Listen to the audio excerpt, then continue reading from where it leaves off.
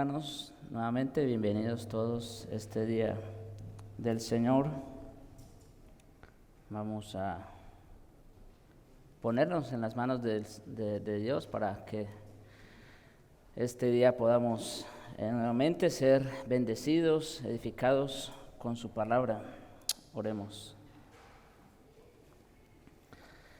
Oh Señor, Dios nuestro, cuán grande es tu nombre sobre toda la tierra. Gracias te damos, Señor, por este día que tú has apartado especialmente para ti, para reposar en ti, Señor, y esto solo como un adelanto de lo que será el reposo eterno que tendremos con Cristo. Pero gracias te damos, Señor, que por ahora nos concedes esta gracia, que un día en la semana podamos reunirnos con los santos, compartir la fe que nos es común, adorarte a través de los himnos, los cánticos espirituales, de los diferentes servicios que rendimos a ti, y también y sobre todo, Señor, para recibir de ti lo que tienes para nosotros, esa porción que necesitan nuestras almas para seguir viviendo. Te rogamos, oh Dios, seas tú con nosotros, visítanos en este día, enséñanos tu palabra, guíanos a la luz de tus mandamientos para que podamos vivir confiadamente y en toda sabiduría. Te lo imploramos, Señor, en Jesucristo. Amén. Bien, seguimos en nuestro estudio de los nombres de Dios. Rápidamente, ¿recuerdan algunos de los nombres que ya hemos estudiado hasta este momento? Jehová Jireh. ¿Y qué significa el nombre Jehová Jireh? Dios proveerá, sí, muy bien. El Elión. ¿Y qué es su significado? Dios Altísimo, muy bien. ¿Algún otro? Yahweh Nisi. El Señor es nuestro estandarte, ¿verdad? Nuestra bandera, muy bien. Antes de eso, ¿recuerdan otros que ya vimos? El Shaddai, ¿qué significa? Dios Todopoderoso, muy bien. Adonai, ¿qué significa? El Señor, muy bien, Señor. ¿Algo más? ¿Algún otro? Elohim, ¿y significa? Creador omnipotente, ¿no? Creador poderoso. Muy bien. ¿Algún otro? El Olam, ¿qué significa? Dios eterno.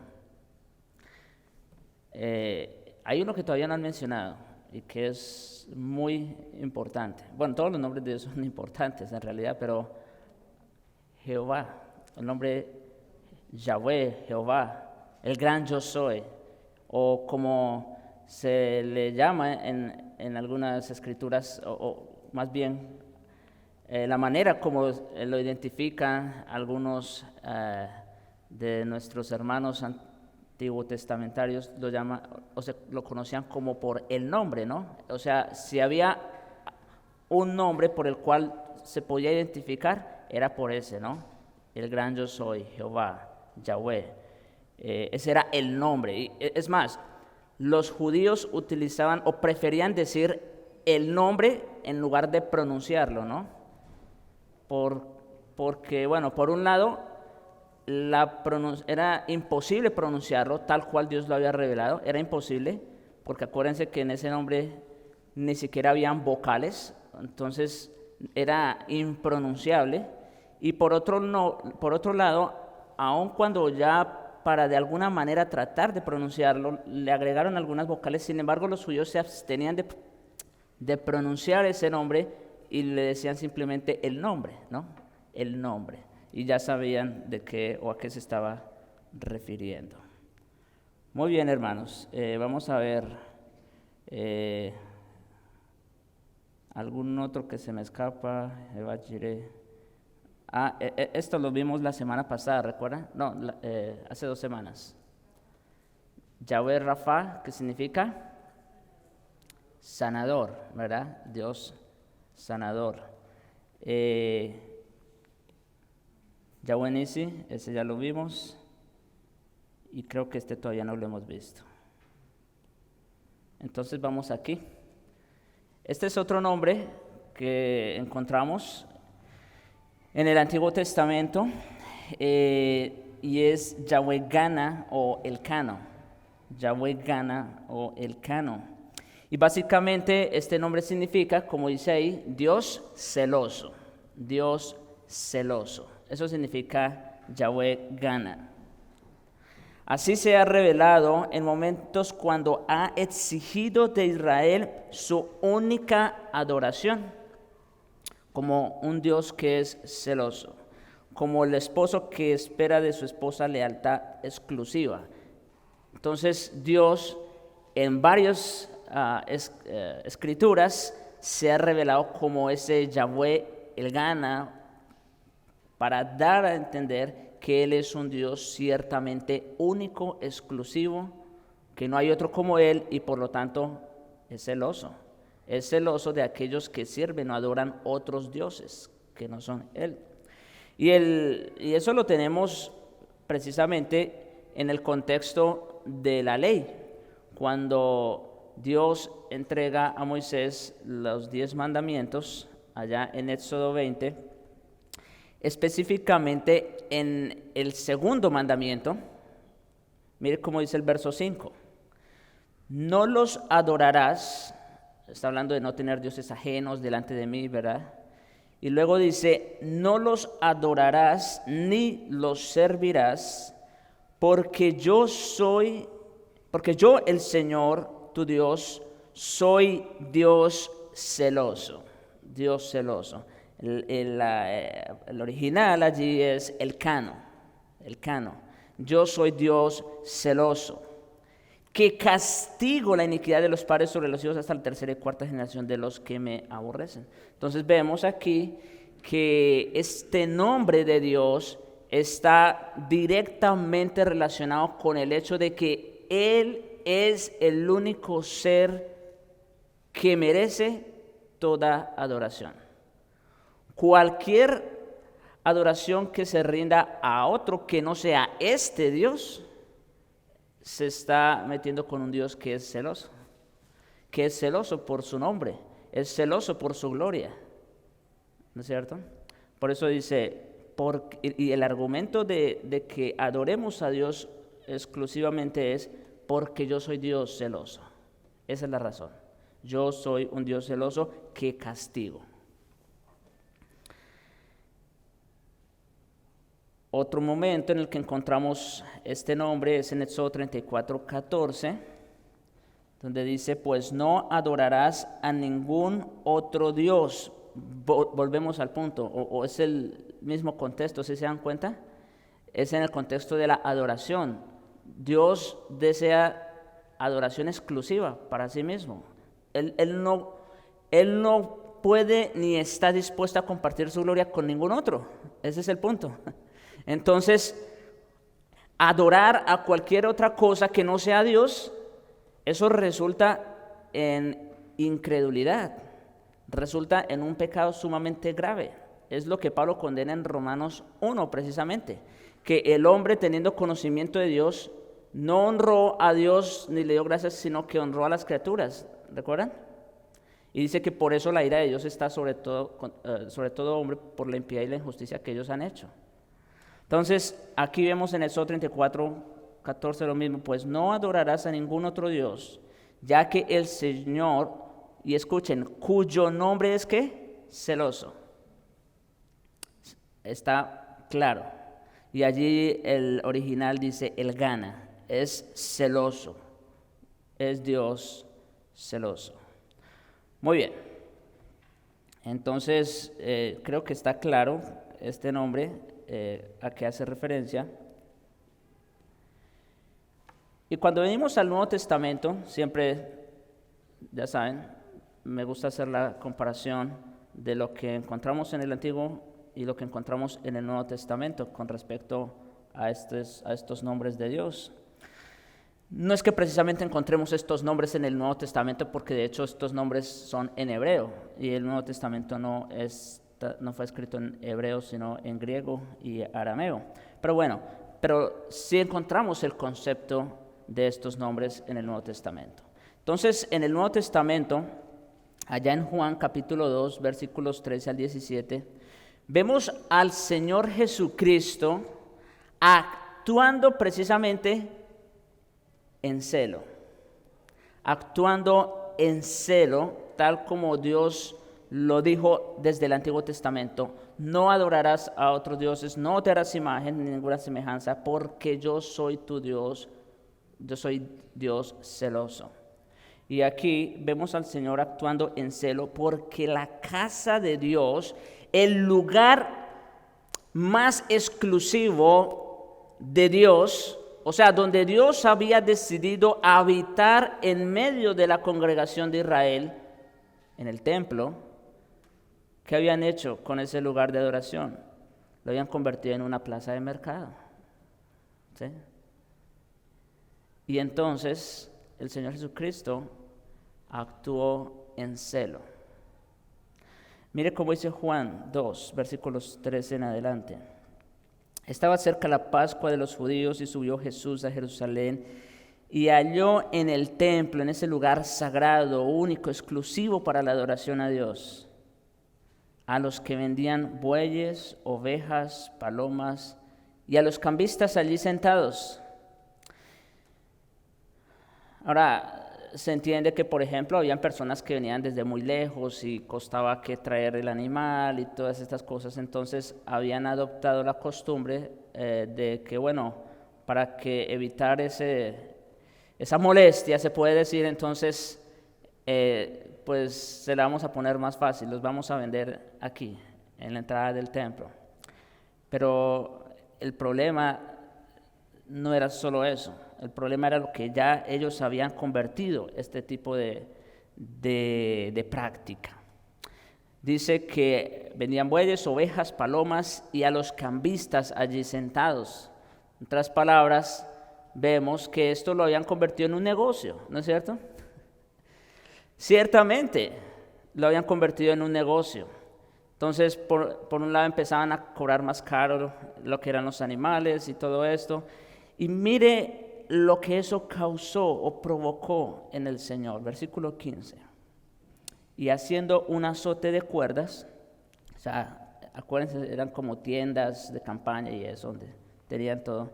Haciendo un azote de cuerdas, echó fuera del templo a todos, y las ovejas y los bueyes, y esparció las monedas de los cambistas, y volcó las mesas, y dijo a los que vendían palomas: quitad de aquí esto, y no hagáis de la casa de mi padre casa de mercado.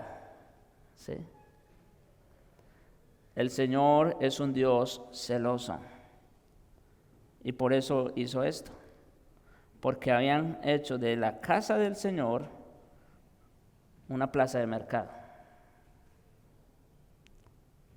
Entonces, versículo 17, por si acaso, se acordaron sus discípulos que está escrito: el celo de tu casa me consume.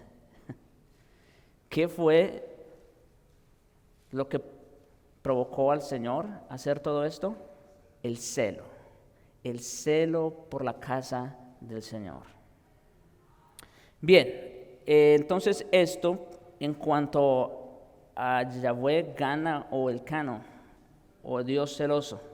No sé si tienen alguna pregunta, algún comentario de lo que hemos dicho hasta ahora, de lo que se ha presentado.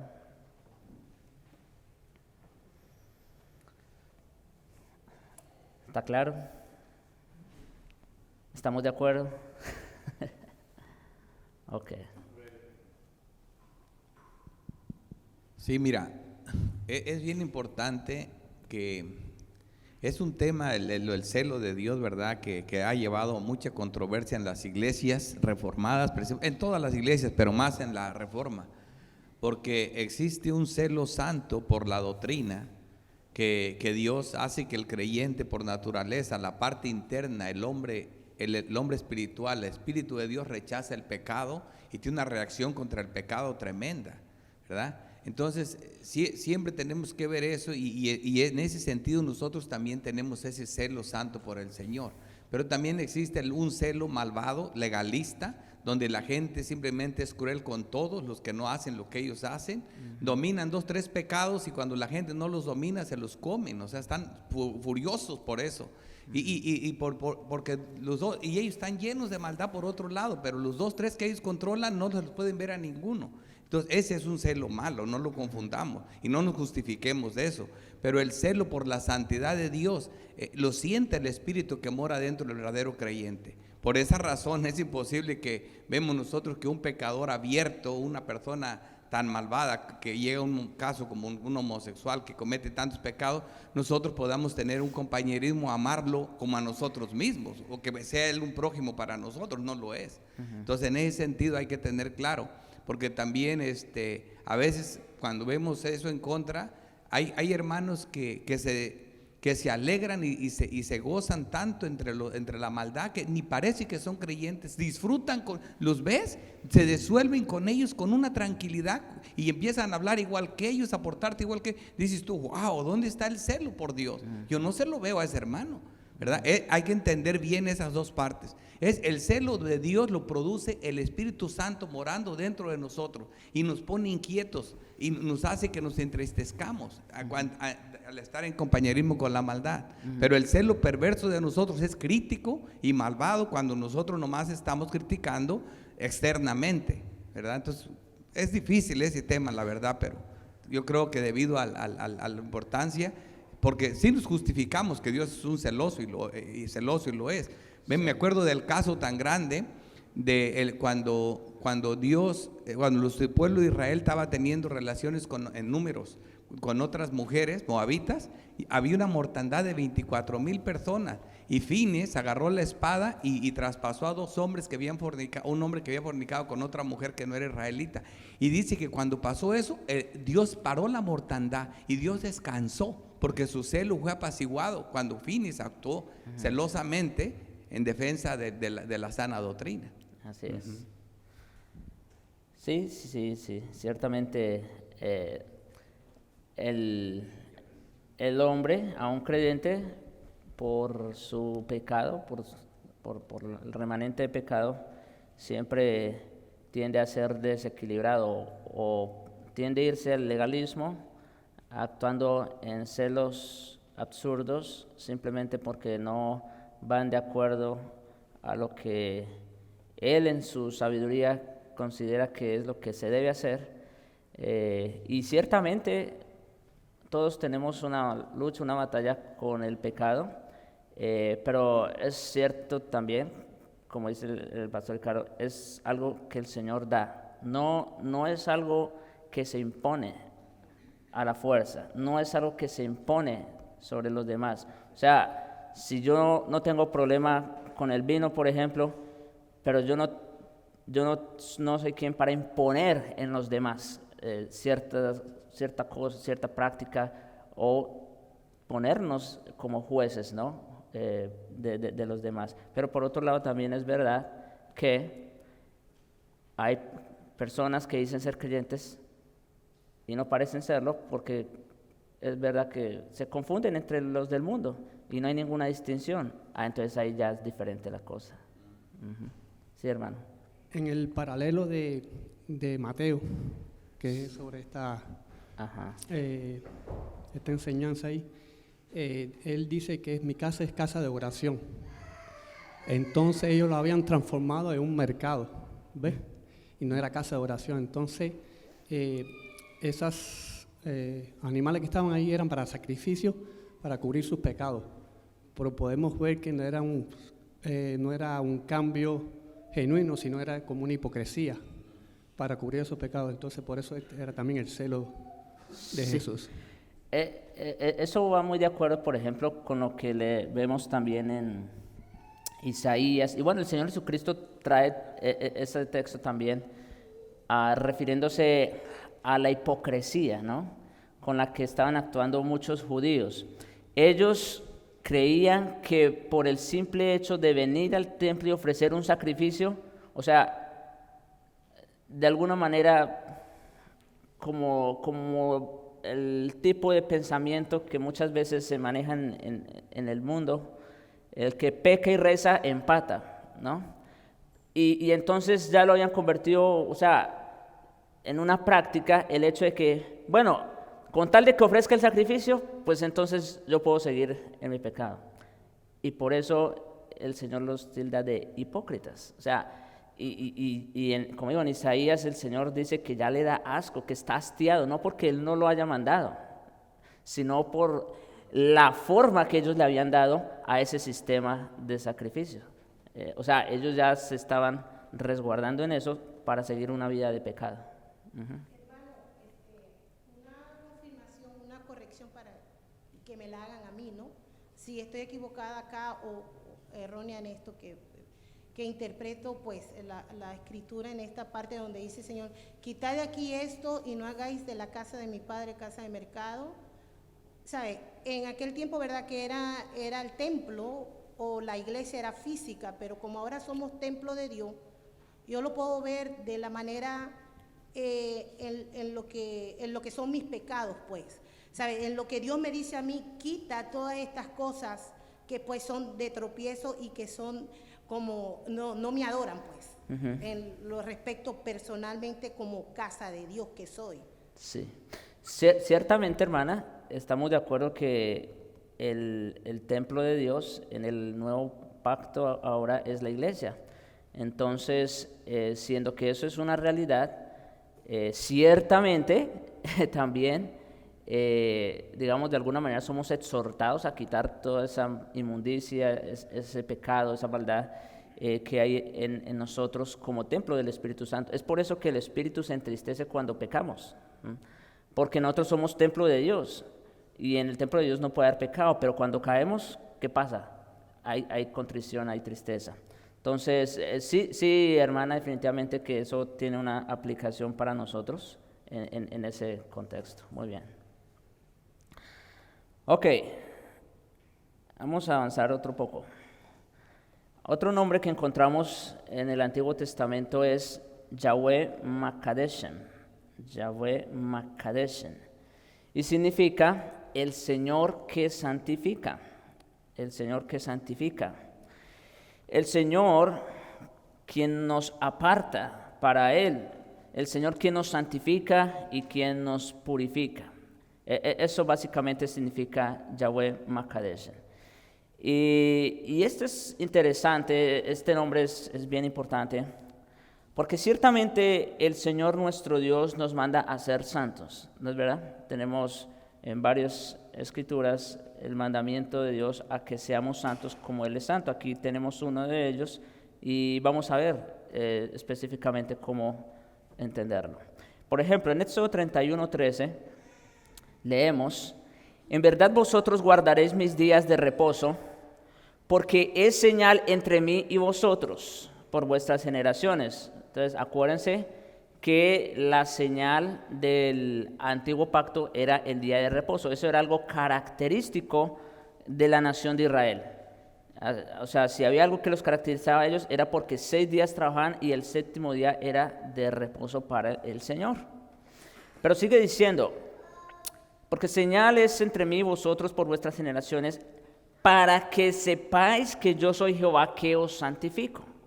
En otras palabras, y en otros textos paralelos lo dicen, que cuando otras personas preguntaran por qué la nación de Israel guardaban un día en la semana, la respuesta era: porque ellos son pueblo escogido de Dios. ¿Sí? Ellos son pueblo escogido de Dios. En otras palabras, son un pueblo apartado, son un pueblo especial, como Dios mismo lo prometió en Éxodo 19, 5 y 6, ciertamente, ¿no? si diereis oído a mi voz y guardareis mi pacto, vosotros seréis mi especial tesoro sobre todos los pueblos, porque mía es toda la tierra. Y vosotros me seréis un reino de sacerdotes y gente santa. Entonces, noten, esto significaba para ellos el día de reposo. El hecho de que Dios los había santificado, los había apartado para ellos como algo especial. Ahora, en Levítico 20, versículos 7 y 8, leemos. Por un lado, el imperativo. Santificaos, pues, y sed santos. Ahí está el mandamiento, ¿sí se dan cuenta? Santificaos y sed santos. ¿El argumento cuál es? Porque yo soy el Señor vuestro Dios. Hay otros textos paralelos que dicen porque yo Jehová soy santo, ¿no es verdad? Es básicamente lo mismo. Entonces el argumento para el cual el Señor demanda santidad en nosotros, ¿cuál es? Pues porque Él es santo. Y ciertamente Dios no puede tener relación alguna con el pecado, ¿no es verdad? Ok. Pero luego agrega, versículo 8. Guardad mis estatutos y cumplidlos. Yo soy el Señor que os santifico, o Yahweh Makadeshem.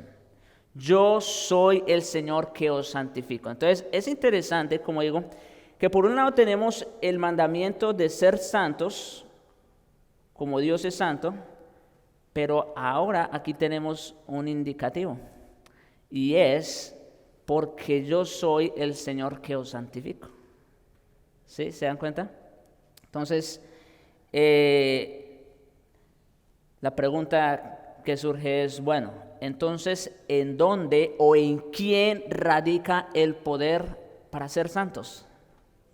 ¿No es cierto? ¿En quién radica el poder para ser santos, como Él es santo? ¿En nosotros mismos? No. Ciertamente Dios lo demanda de nosotros, y especialmente de los creyentes. Obviamente de los impíos, pues eso ni cabe, porque ellos están completamente fuera. Pero Dios pide y demanda de sus hijos que seamos santos. Eso va. Pero el poder o la fuerza para ser santos, como Él es santo, está en lo que Él ya ha hecho en nosotros. ¿Y qué es lo que Él hace en nosotros? Él es el que nos santifica. Es interesante, ¿no les parece? ¿Por qué? Y esto es precisamente una respuesta en contra del legalismo también. Porque ciertamente Dios demanda que seamos santos, y esa es una, vamos a decir, de los argumentos favoritos que ellos usan para promover sus reglas, sus leyes. Y es, no, que es que hay que buscar la santidad, que Dios quiere que seamos santos. Esas son sus palabras. Y ciertamente Dios demanda eso, pero el problema, o más bien, el problema es que la capacidad no está en nosotros para alcanzar esos estándares divinos. Eso no está en nuestra fuerza, eso viene del Señor, quien nos santifica. Ahora, trasladando esto al Nuevo Testamento, al Nuevo Pacto, encontramos lo siguiente.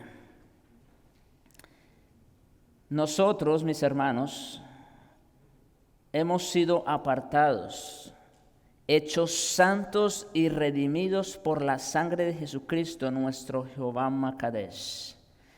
Miren cómo dice Efesios capítulo 5, versículos 25 al 27. Cristo, bueno, ustedes ya saben el contexto, está haciendo un paralelo con el matrimonio. Y este es el argumento que Pablo da a los esposos, ¿no? Que Cristo amó a la iglesia, ¿sí? Cristo la amó. ¿Y qué hizo por ella? Se entregó a sí mismo por ella, ¿sí? Tanto la amó que se entregó por ella. ¿Para qué? ¿O con qué fin? Para santificarla. Vemos aquí el mismo concepto que encontramos allá en Levítico, ¿recuerdan? Es exactamente lo mismo. Aquí vemos a Cristo entregándose por su iglesia, ¿para qué? Para santificarla. Habiéndola purificado en el lavamiento del agua por la palabra. bajo el antiguo pacto habían diferentes también formas de purificación, ¿recuerdan? O sea, la persona tenía que purificarse, así como la persona tenía que ofrecer un sacrificio por la expiación, también tenía que purificarse a sí misma. Pero aquí, en el nuevo pacto, encontramos a uno que por un lado ya fue el sustituto, el sacrificio por nuestro pecado, y por otro lado el que nos purifica. ¿Sí?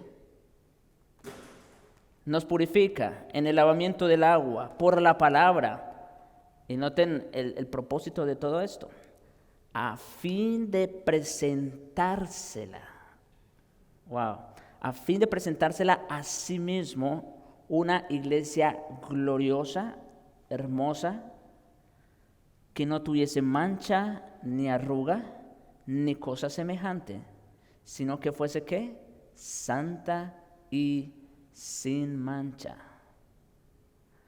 Entonces, volvemos a hacer la pregunta, ¿en dónde o en quién radica el poder para ser santos como Él es santo? En Dios, y específicamente en la obra de Cristo, ¿no es cierto? Cristo lo hizo para presentársela a sí mismo, gloriosa, hermosa, santa, sin mancha.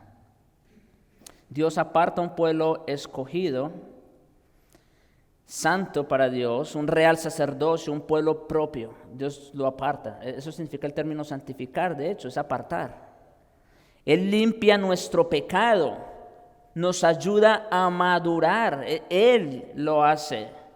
Por lo tanto, debemos continuar viviendo una vida santa y que agrade a Dios. O sea, puesto que el Señor ya ha hecho y está haciendo la obra en nosotros, entonces nosotros podemos andar y caminar en esa santidad. ¿Sí? Acuérdense, como cuando Pablo dice en Efesios 2:10 que hemos sido creados en Cristo Jesús para buenas obras. ¿Cuáles son esas buenas obras? Las que Dios preparó de antemano, ¿para qué? Para que anduviésemos en ella. Entonces, la razón de por qué nosotros podemos ser santos es porque Dios nos está santificando. Entonces, porque Dios está haciendo esa obra en nosotros, nosotros podemos andar en esos pasos de santidad. Mire cómo dice 1 de Pedro 1, versículos 14 al 16. No os conforméis a los deseos que antes teníais en vuestra ignorancia.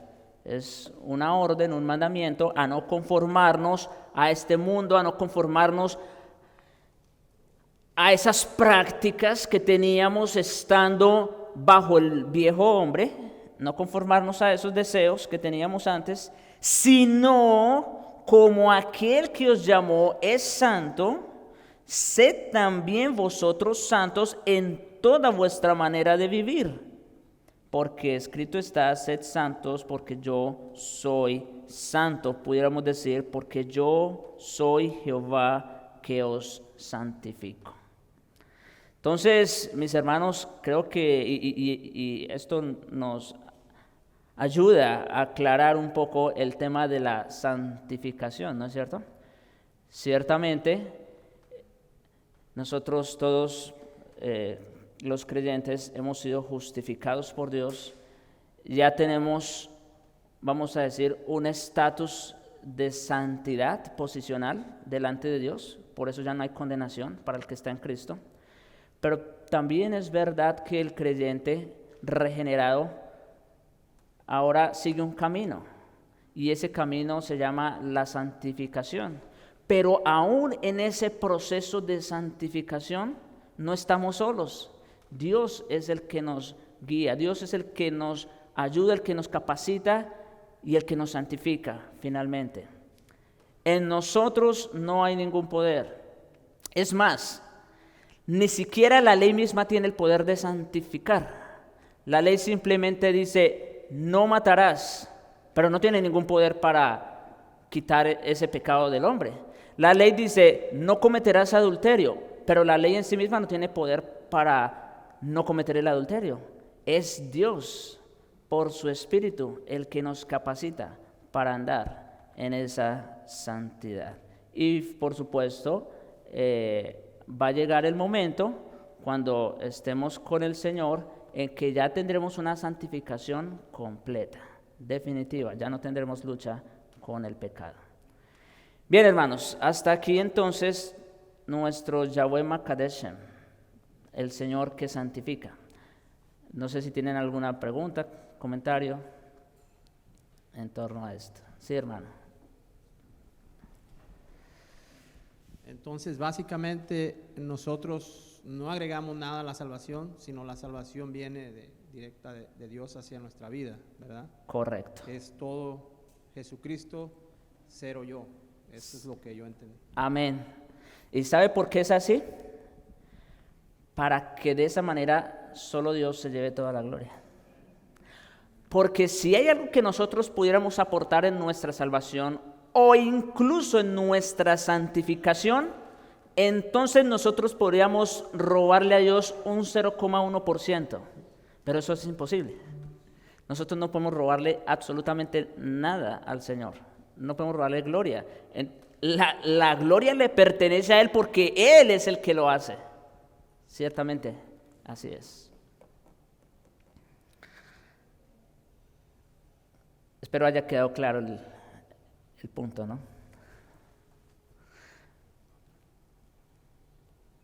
Bien, hermanos. Vamos a ver uno más. Tenemos todavía un tiempo. Yahweh Shalom. El Señor es paz. Eso significa Yahweh Shalom. El Señor es paz. Ese fue el nombre del altar que Gedeón edificó en Ofra como recordatorio del mensaje de Dios que decía paz a ti.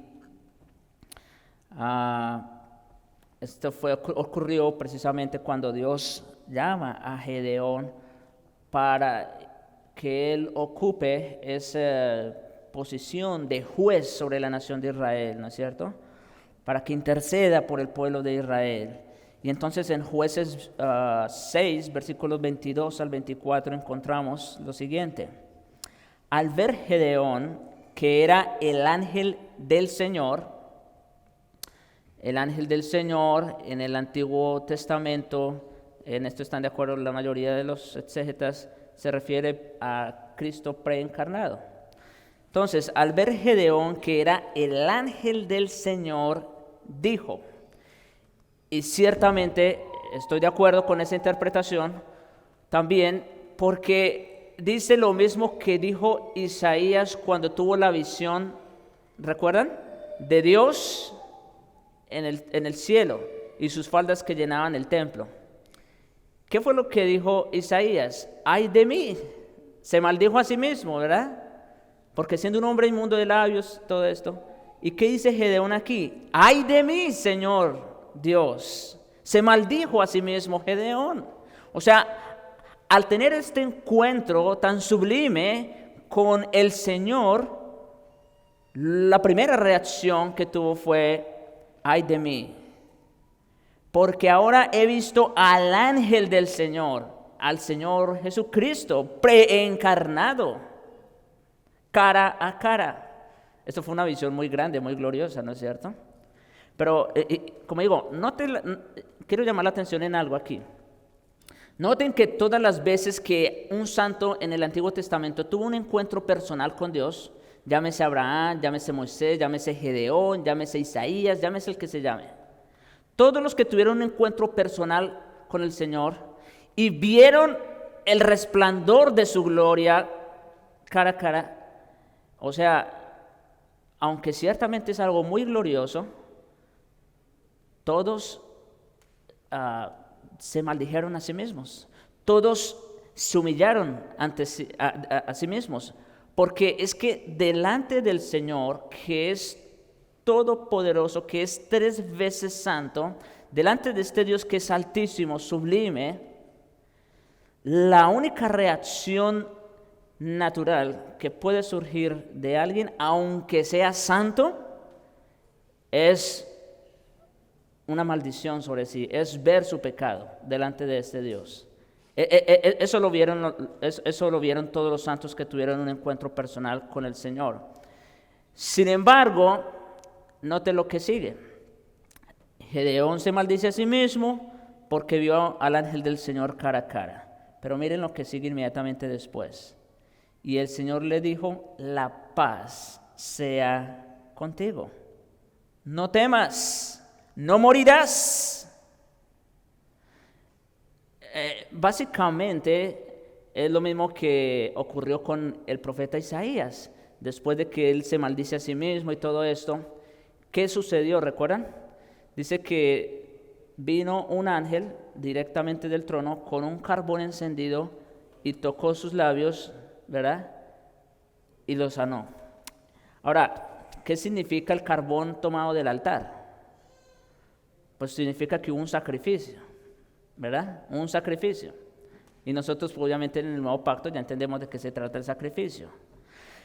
En otras palabras, mis hermanos, aunque el hecho de ver a Dios cara a cara directamente implica para nosotros una maldición por el hecho de que Él es un ser santísimo y nosotros somos pecadores, sin embargo, Dios tiene la solución. Dios tiene la solución, así como lo hubo con Moisés, como lo hubo con Abraham, como lo hubo con Isaías, lo hubo aquí con Gedeón. El Señor le dijo, la paz sea contigo, no morirás, no temas. Y Gedeón edificó allí un altar al Señor y lo llamó El Señor es paz, o Yahweh Shalom, el cual permanece en Ofra de los abiezeritas hasta hoy. Entonces, esto para decir que aunque Gedeón se vio a sí mismo tal cual era delante de Dios, su pecado, su maldad, se maldijo a sí mismo, sin embargo, el Señor le trajo la paz. El Señor trajo la reconciliación. El Señor sanó su alma, sanó su corazón. Eso significa Yahweh Shalom, el Señor es paz. Ya no hay que temer. Ciertamente nosotros somos pecadores, mis hermanos, pero ahora nosotros en Cristo tenemos libre acceso al trono de la gracia. ¿Sí? Algo que no tenían los hermanos bajo el antiguo pacto. Nosotros ahora sí lo tenemos, porque Él es nuestra paz. Cristo es nuestra paz, y ahora por esa razón tenemos libertad para entrar al trono sublime. La experiencia de Gedeón con el Señor de paz y perdón fue de paz y perdón. A pesar de la santidad de Dios, Gedeón encontró a un Dios que le habló con amor. Esto nos debe llamar la atención, mis hermanos. Aunque nuestra primera reacción delante del Señor sea ver nuestro pecado, nuestra maldad y maldecirnos a nosotros mismos, en Dios ciertamente encontramos paz y perdón. Como dice Pablo en Romanos 5:1, justificados pues por la fe, ¿cuál es el resultado? Paz para con Dios. Ya no hay por qué temer, mis hermanos. Ya no hay por qué andar en temor, sino en amor, como dice Juan. Y por eso Gedeón levantó allí un altar para agradecer esa misericordia hacia el hombre pecador y lo llamó El Señor es paz. Ahora, en Isaías encontramos precisamente este nombre refiriéndose al Señor Jesucristo en Isaías 9:6. Isaías nos dice que el Mesías sería conocido como ¿quién? Como príncipe de paz. He aquí un niño nos es nacido, hijo nos es dado, ¿verdad? Y su nombre será admirable, consejero. Todos esos son nombres de Dios y del Señor Jesucristo. Será admirable, consejero, Dios fuerte, Padre eterno, príncipe de paz. Ese también iba a ser su nombre. Príncipe de paz, Yahweh Shalom. Jesús hizo la paz entre Dios y el hombre. Él lo hizo, como leemos en Efesios 2, versículos 13 al 17. Pero ahora, ese pero presenta un contraste con lo que viene diciendo antes. Y estaba diciendo que antes éramos enemigos de Dios, estábamos lejos de la ciudadanía de Dios, ajenos a los pactos y a la promesa.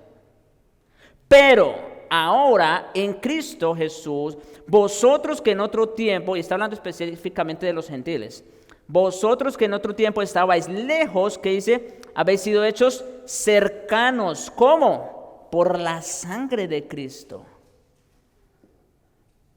Por la sangre de Cristo. Y agrega, porque Él es ¿qué? Nuestra paz. Él es nuestro shalom. Él es nuestro shalom. Que de ambos pueblos, judíos y gentiles, hizo uno, derribando la pared intermedia de separación. O sea, aquí Pablo está hablando de una doble reconciliación. Por un lado, había una separación de dos pueblos, el pueblo judío y el pueblo gentil.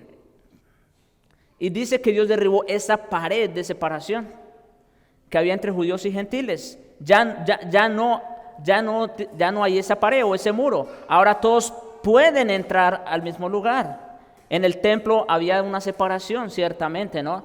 Los gentiles tenían acceso solo limitado hasta cierto punto, donde los judíos sí podían entrar. Pero dice que Él quitó esa pared, aboliendo en su carne las enemistades, la ley de los mandamientos expresados en ordenanzas, para crear en sí mismo de los dos un solo y nuevo hombre. Como decía la hermana hace un momento, ahora ese nuevo hombre, ese nuevo cuerpo es Cristo, y todos los creyentes pertenecen a ese cuerpo. Haciendo la paz, vuelve y dice, haciendo la paz, y mediante la cruz, ahora viene la otra reconciliación, reconciliar con Dios a ambos en un solo cuerpo. Entonces, estábamos lejos de pertenecer a los beneficios de los cuales pertenecía Israel, pero aparte estábamos lejos completamente de Dios. Cristo en su muerte, en su cruz, logró ambas reconciliaciones. Logró reconciliar a Israel con los gentiles, pero sobre todo logró reconciliarnos a todos con el Señor, con Dios. Reconciliar con Dios a ambos en un solo cuerpo, matando en ella, en la cruz, las enemistades. Pero noten qué más hizo el Señor. Y vino y anunció, o sea, Él no solo se encargó de establecer la paz, ¿sí? Él no solo se encargó de establecer la paz, sino que anunció las buenas nuevas de paz a vosotros que estaban lejos y a los que estaban cerca. Y ciertamente, mis hermanos, el evangelio sano que se sigue predicando al día de hoy es un evangelio de paz. ¿Por qué es un evangelio de paz? Porque lo primero que hace una persona que cree el evangelio de Jesucristo es encontrar paz con el Señor. Se restablecen las relaciones entre Él y su Creador. Esas relaciones que fueron rotas desde el Edén, ahora vienen a ser restablecidas en la persona y obra de Jesucristo. Por eso Él es nuestro shalom, Él es nuestra paz. ¿Alguna pregunta, algún comentario?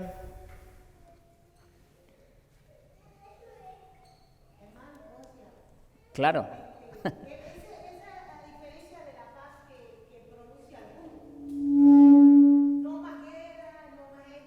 En realidad la paz, la única y la verdadera paz es la que vino a traer Cristo. Por es supuesto. la salvación de cada persona. Esa paz que pronuncia o vamos por la paz, esa no es la verdadera paz. Es que, mira hermana, sin justicia no hay paz, ¿verdad? Entonces, es verdad que se promueven muchos diálogos de paz en muchos lugares, pero mientras no haya justicia no va a haber paz, por un lado. Por otro lado, pudiera haber una paz relativa, ¿verdad? Hablando en términos humanos, una paz relativa donde hay un cese al fuego, cese de hostilidades. Ciertamente se puede lograr algo de eso. Sin embargo, el hombre aún sigue en enemistad.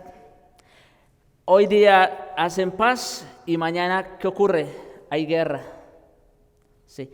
Los mismos acuerdos de paz que se hicieron después de la Segunda Guerra Mundial ya se están quebrantando el día de hoy por algunas naciones.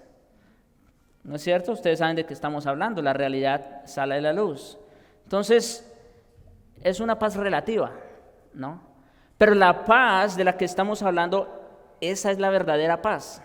Es una paz que, como dice el Señor, sobrepasa todo entendimiento. ¿Y por qué? Porque ciertamente, aunque podamos estar en medio del conflicto, sí, pero puede haber paz en nuestros corazones. Podemos descansar en el Señor. Esa es una paz que el mundo no da. Sí. Habla el 15, aboliendo en su carne las enemistades, la ley de los mandamientos expresados en ordenanza. Se trata de esos mandamientos que los hacían exclusivos al pueblo de Israel, porque está hablando es que luego los hace un solo pueblo, a gentiles y a judíos. Quisiera que me hablara un poco sobre eso, específicamente qué mandamientos son los que abolió, ¿sí? Como tal, en ese sentido. Sí, bueno, como ustedes saben, ciertamente Israel se regía por la ley, ¿no es cierto? La ley tanto en un sentido cívico, en un sentido ceremonial, los ritos, los sacrificios, y la ley moral, ¿no es cierto? Entonces, aquí cuando dice que Cristo abolió en su carne las enemistades, bueno, eso ya quedó claro. La ley de los mandamientos expresados en ordenanza ciertamente se está refiriendo a todo ese sistema sacrificial que hacía exclusivo a la nación de Israel, ¿sí? Entonces, por eso los israelitas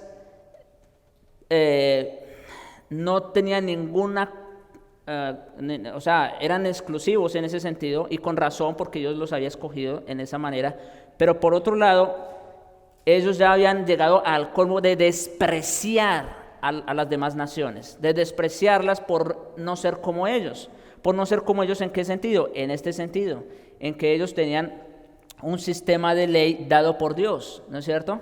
Ahora, ¿en qué sentido el Señor Jesucristo abole esos mandamientos o esas leyes? Bueno, los abole en el sentido no de que no tuvieron cumplimiento, o en el sentido de que quebrantó la ley, no, sino en el sentido de que Él es el cumplimiento. Y puesto que Él fue el cumplimiento de todas esas leyes, de todas esas ceremonias, entonces ya no hay razón para estar bajo la ley, ¿sí? Ya no, ahora estamos bajo la gracia, como dice Pablo también en Romanos 6. En Cristo estamos bajo la gracia. Ya esa ley ya no tiene peso para nosotros, se puede decir, porque en Cristo fue cumplida. Y Él en la cruz abolió esa parte de la ley. Sí, hermano.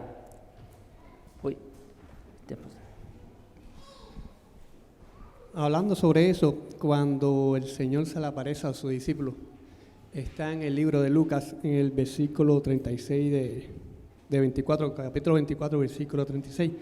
Dice, mientras ellos aún hablaban entre las cosas, Jesús se puso en medio de ellos y le dijo, paz a vosotros. Y el comentario está muy bueno, que dice que Jesús se le aparece en medio de los discípulos tan rápido como desapareció delante de los dos discípulos. Paz a vosotros, saludo que está lleno de un nuevo significado, porque Jesús ha logrado la paz entre Dios y los pecadores. Así es. Ustedes saben que entre los judíos es muy común el saludo shalom, ¿no es cierto? Shalom. ¿Qué significa? Pues eso mismo, la paz, ¿no? La paz sea con usted. Pero definitivamente es verdad, estoy de acuerdo con el comentarista ahí. Cuando el Señor dice paz a vosotros, no se está refiriendo a la manera como ellos usaban el shalom, no, sino que ciertamente ahora en realidad se había logrado la paz, se había logrado el acuerdo de paz con Dios. Así es. Bien, hermanos, vamos a concluir esta parte. Si tienen alguna otra pregunta, comentario, podemos hablar en el descanso. Oremos. Padre Santo, bendito Señor, solo tú eres digno de ser alabado, de ser reconocido, de ser exaltado por quien tú eres. Tú eres un Dios celoso, que no permites, no toleras adoración a otros dioses. Llámense como se llame. Eres también, Señor, un Dios que traes paz y descanso a nuestras almas. Te damos gracias porque a pesar de nosotros, a pesar de nuestro pecado, has provisto, Señor, a Jesucristo, ese Cordero que fue preparado desde antes de la fundación del mundo para hacer la paz entre tú y nosotros. Gracias te damos, Señor, por ser quien eres. Y te rogamos, ayúdanos a vivir a la luz de estas verdades, a descansar en este Dios de paz. En Cristo te lo rogamos. Amén.